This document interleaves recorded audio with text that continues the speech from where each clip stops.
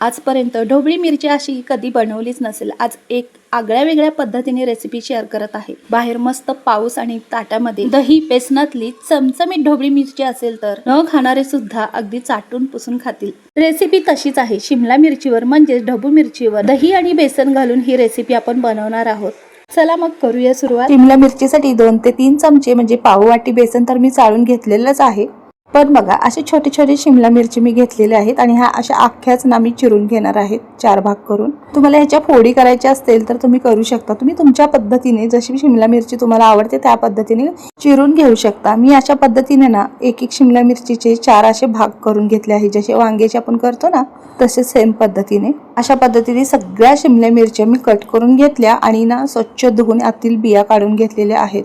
आता बघा ह्या शिमला मिरचीला ना काही ठिकाणी ढोबळी मिरची, ढबू मिरची ही असं म्हटलं जातं. आम्ही तर ढबू मिरची म्हणतो. आणि ही ढबू मिरची आहे ना छोटी, खूप चवीला छान असते. त्याचबरोबर मोठी शिमला मिरची असते ना तिची वरची बाजू अशी जाड असते त्याचं कव्हर, पण ही पातळ असते. त्यामुळे एका वाफेत मिरची ही शिजली जाते. शिमला मिरची कट करून स्वच्छ धुवून पाणी निथळून घेतलेलं आहे. तरी सुद्धा ना आपण कढईमध्ये 1 मिनिटभर सगळं पाणी सुकेपर्यंत परतवून घेणार आहे. गॅसच्या मोठ्या आचेवर कढई ठेवली आणि कढईमध्ये सगळी शिमला मिरची घातली. शिमला मिरची व्यवस्थित सगळ्या बाजूने 1 मिनिटभर परतवून घेतलं. आतल्या बाजून आणि वरच्या बाजूनी पूर्ण सुकी झाली आहे बघा शिमला मिरची. पाण्याचं सगळं सत्व निघून गेल्यानंतर यामध्ये आपल्याला ना थोडंसं तेल घालायचं आहे आणि मग ही ढोबळी मिरची 1 मिनिटभर आपल्याला तेलावरती डाग पडेपर्यंत परतवून घ्यायची आहे. आता यामध्ये 1 पळीभर तेल घातलं आणि मिरची 1 मिनिटभर छान असे डाग पडेपर्यंत परतवून घेतली. अशी मिरची परतवून घेतली ना भाजीमध्ये चवीलाही खूप छान लागते आणि यातच अर्धी कच्ची ती एकदम अशी मऊ होते आणि शिजलीही जाते. आता काय करायचंय बघा, मंद आचेवर झाकण ठेवून वाफ काढून घ्यायची. मिरची तर आपली 1 मिनिटभर छान अशी परतवून झाली आहे डाग पडेपर्यंत. आता आपल्याला इथे मगाशी आपण जे बेसन घेतलं होतं ना ते बेसन ओतून घ्यायचं आहे यामध्ये.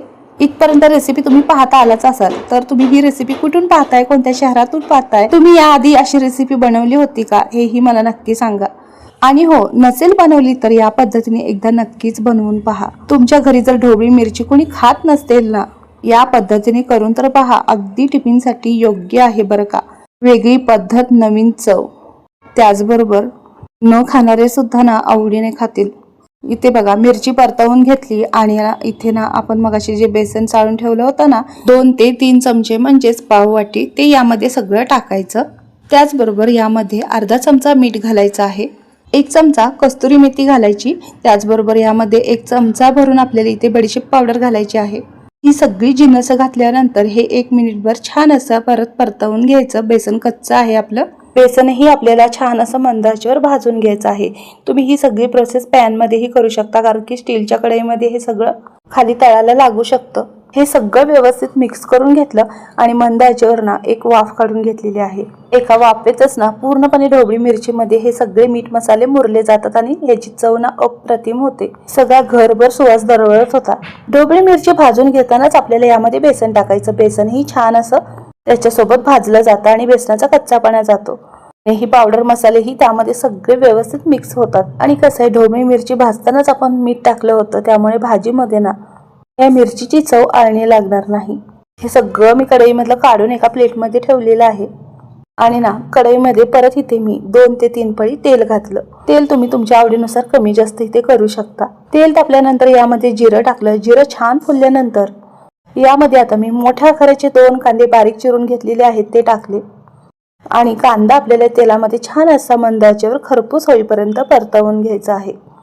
कांदा मात्र आवर्जून भरपूर असा टाका. कांद्यामुळे ही छान चव येते भाजीला. तुम्ही ना आता मुलांची शाळा चालू झाली, अजिबात भाजी वगैरे खायला मागत नाहीत. अशा वेळेला या पद्धतीने ढोबळी मिरची केलत ना ते नक्कीच आवडीने खातील. नेहमीच तर वेगवेगळ्या पद्धतीने आपण भाजी बनवतोच, पण तुम्हाला ही पद्धत अजूनही कोणी सांगितली नसेल.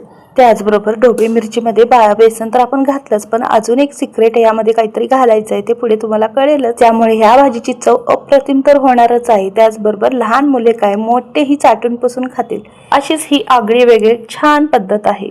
कोणतंही वाटण वगैरे काहीच नाही बरं का यामध्ये. आता कांदा तर भाजून घेतला. त्याचबरोबर 2 मोठ्या आकाराचे टोमॅटो बारीक चिरलेले यामध्ये टाकले. तेही छान असं परतून घेतलं.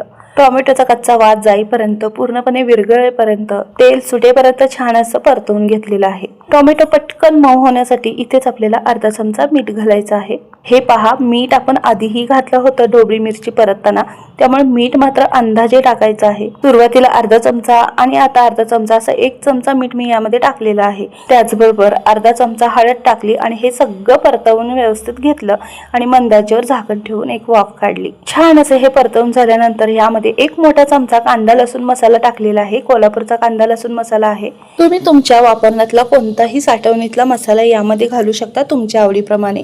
मी 1 मोठा चमचा इथे कांदा लसूण मसाला घातला.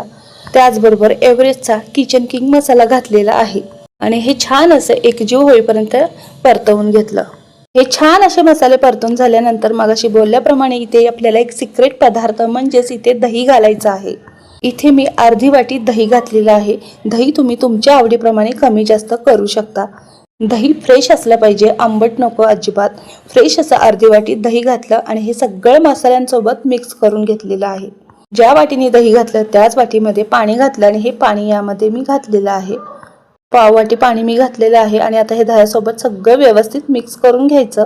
आजपर्यंत तुम्ही या पद्धतीने भाजी कधीच बनवली नसेल, खाल्लीही नसेल, पण ही पद्धत एकदा जर बनवली ना तर तुमच्या घरातली ढोबळी मिरची कोण खात नसतील ना ते मात्र आवडीने खातील, एवढी मात्र खात्री देते. कारण भाजीची चव एवढी अप्रतिम होते ना दही आणि बेसनमुळे. अगदी कोणतंही वाटण घाटण काहीही नाही घालायचं आपल्याला यामध्ये, पण चव मात्र जबरदस्त. हे सगळं मिक्स करून घेतलं आणि जी आपण भाजून ठेवलेली ढोबळी मिरची आहे ना बेसनातली, ती यामध्ये घालून घ्यायची आहे. सगळी ढोबळी मिरची घातली आणि थोडासा अर्क लागला होता ताटाला, त्यातच थोडं पाणी घातलं आणि तेही ह्यामध्ये सगळं मिक्स करून घेतलं. हे सगळं एकजीव करून घेतलं आणि मंद आचेवर झाकण ठेवून ना 1-2 मिनिटं भाजी आपल्याला छान मंद आचेवर शिजवून घ्यायची आहे. आता या ठिकाणी तुम्ही तुमच्या पद्धतीने म्हणजे तुमच्या आवडीनुसार शिमला मिरची शिजवून घेऊ शकता.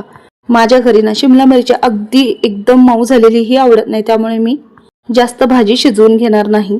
जर तुम्हाला पूर्णपणे तेल सुटेपर्यंत शिमला मिरची मऊ झालेली अशी आवडत असेल तर 1-2 मिनिटं छान अशी तेल सुटेपर्यंत भाजी शिजवून घ्या. इतकी भाजी छान लागते ना, तुम्ही नेहमीच या पद्धतीने बनवून खाल एवढी मात्र गॅरंटी देते. शेवटी तुम्ही शेंगदाण्याचा कूट जर तुम्हाला आवडत असेल तर घाला, नाही आवडत असलं तर घातलं नाही तरीही चालेल. चमचमीत झणझणीत आणि चरचरीत अशी शिमला मिरचीची भाजी वेगळ्या पद्धतीने तुम्हाला दाखवली तर आहेच. तर ही भाजी आवडल्यास तुम्ही नक्की कमेंट करून सांगा. रेसिपी कुठून पाहताय, कुठल्या शहरातून पाहताय हेही नक्की सांगा आणि एकदा तरी या पद्धतीने नक्कीच करून पहा, आवडेल तुम्हाला.